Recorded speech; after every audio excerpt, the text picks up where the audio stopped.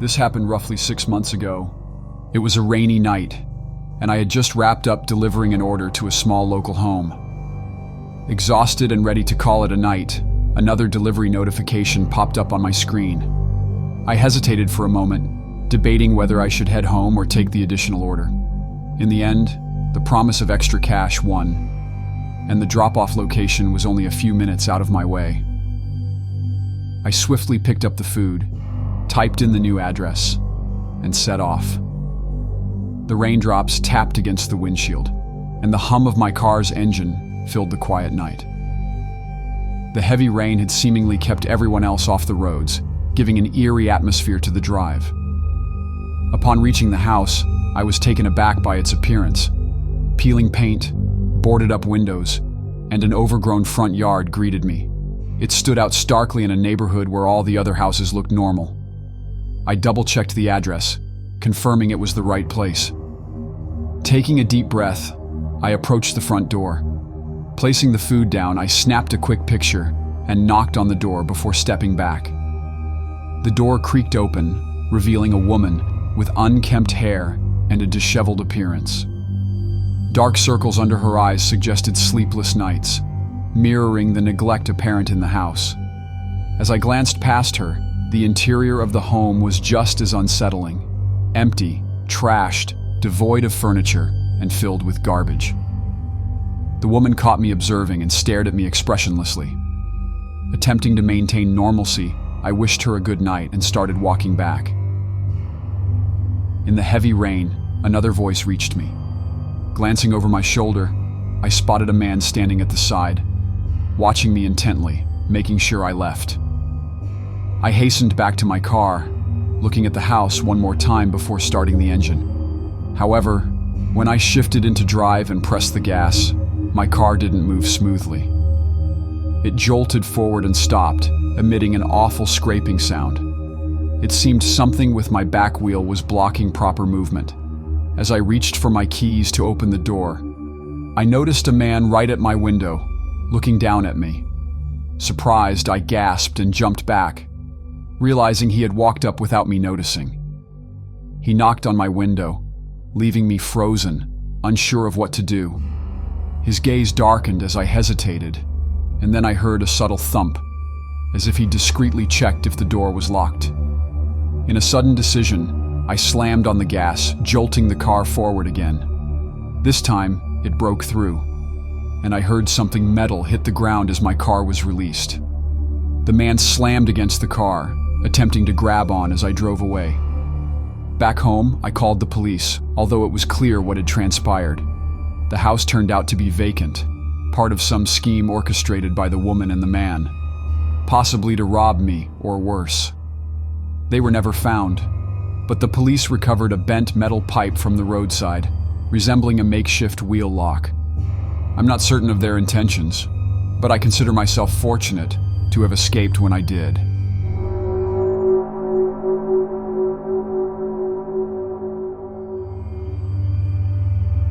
I have a job that often keeps me working late into the night, meaning I'm accustomed to driving home during the quiet hours, sometimes even in the early morning. The perk of these late-night drives is the peaceful roads with minimal traffic. My workplace is situated just outside a major city, and my house is a comfortable 20-minute drive away.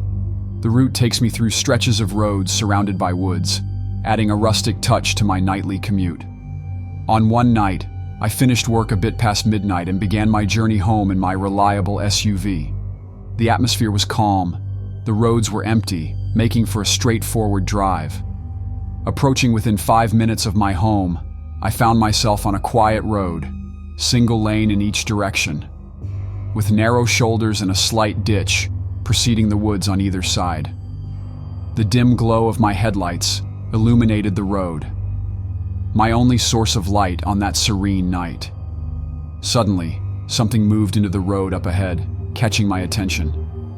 While deer crossings were common in this area, this silhouette appeared different, unmistakably human.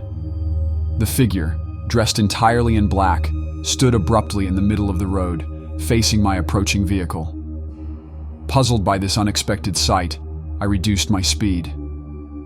Drawing nearer, it became apparent that the man wore a black ski mask, a detail that heightened my suspicion. Positioned right in my path, he halted, prompting me to veer left into the oncoming traffic lane to avoid him. With no other vehicles in sight, I maneuvered without concern. Unexpectedly, the man shifted, blocking my intended path. Swinging the wheel to the right, I attempted to bypass him, but he mirrored my movements, an unsettling dance in the dark. As I closed the gap, it became clear that he had no intention of letting me pass. Coming to a complete stop, I assessed the situation. The man, silent and unmoving, stood as an enigmatic roadblock. Unsure of his motives and sensing danger, I made the decision to retreat. Shifting into reverse, I started to back up, but the man closed in, now advancing with purpose. Accelerating in reverse, I gained distance, but my proficiency in backward driving was limited. The man shifted to a run, closing the gap rapidly. Recognizing the urgency, I opted to turn my vehicle around. My hands gripped the wheel as I swung it to the right, nearly veering off the road. Coming to a halt, I swiftly turned to the left, shifting into drive. In the brief pause, the man caught up, attempting to open the locked passenger side door. Failing, he resorted to pounding on it before I sped away. Watching in the rearview mirror, I observed him attempt a futile pursuit. As I sped off, he lingered momentarily in the road before disappearing from view.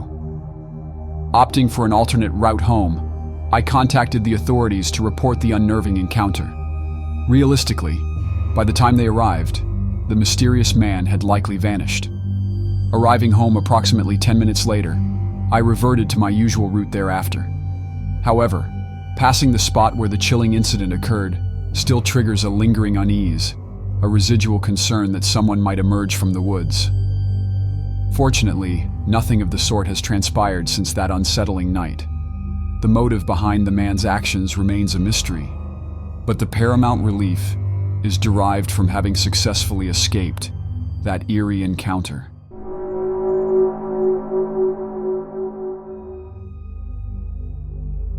Driving for Postmates is my part-time gig, a way to unwind and earn extra cash for personal indulgences like vacations or clothes.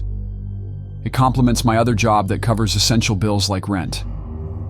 I usually don't take it too seriously, just enjoying the flexibility it offers. However, one day turned out to be more eventful than the usual routine. Starting right after my regular job at around 8, I found myself making a decent amount of cash by 10. Typically, I'd call it a night, but this time, I decided to continue until I either grew too tired or the orders stopped flowing in. Accepting the next order, I headed to Wendy's for a medium-sized order with a regular tip. The routine seemed ordinary until I checked the delivery address on my phone. Instead of a house, it was a GPS location set near a grocery store 15 minutes away.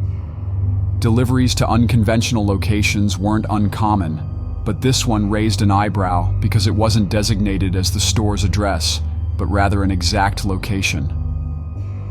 I started the drive, and upon reaching the grocery store's parking lot, I couldn't help but notice its emptiness. Parking up front, I got out with the food, surveyed the surroundings, and concluded that the store was likely closed.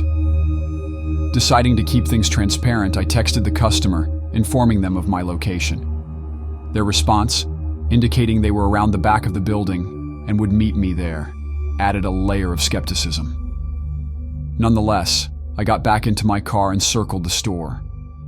However, the supposed meeting point seemed deserted, with only a couple of parked cars near another store in the far back. Growing uneasy, I considered abandoning the delivery, especially when I couldn't spot anyone around. Just as I thought about leaving, my phone buzzed with a call. The voice on the other end claimed they were approaching and would be there in a minute. Still feeling uneasy, I made a short U-turn, planning to head back the way I came. Suddenly, someone ran in front of my car, signaling for me to stop. Braking, I rolled down my window and a man approached, claiming to be the customer. I handed him the bag, but he didn't take it, creating an awkward moment. Then, I heard a quiet footstep from the other side, and the back door swung open. In a moment of confusion, I dropped the bag outside the window and accelerated as the man by my window yelled at me to stop. It turned out someone had jumped into my car from the back door as I pulled away. The intruder reached forward, attempting to shift my car into park, but after a few futile attempts, he jumped out onto the pavement. As I turned the corner and escaped the situation, I saw both of them running away. However, the police proved unhelpful, providing little information or updates on their investigation. Realizing my mistake, I couldn't help but wonder if I was the only one who fell into their trap. A quick investigation revealed that just 2 weeks before my incident, another delivery driver had gone missing during an active delivery in a nearby town. The lack of leads and the driver's missing car made me suspect that the same two men might have been involved in something far more sinister than I could imagine.